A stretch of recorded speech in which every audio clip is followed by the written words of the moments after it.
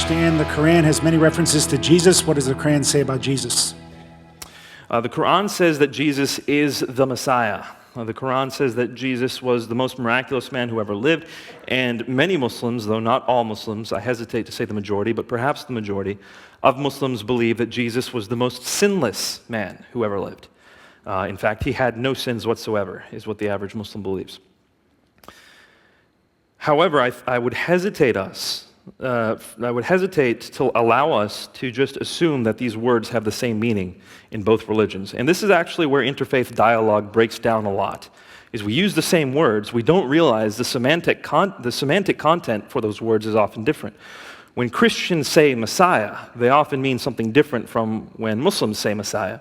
The fact of the matter is, the Bible has a long history of what it means to be the Messiah, from the Old Testament to the New, especially coming up in things like Isaiah 53, where we see that the Messiah will have to suffer on behalf of the sins of his people. That is the meaning of Messiah when Christians use it. But when Muslims use it, it's definitely not that. And often, it's not quite clear what they mean by it.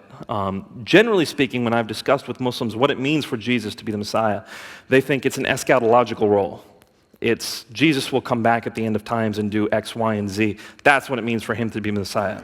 Sometimes what Muslims mean when they use the word Messiah is that he was the reformer of Judaism. He came to bring the Jews back to what Moses taught, and because that did not ultimately work, Allah sent Muhammad.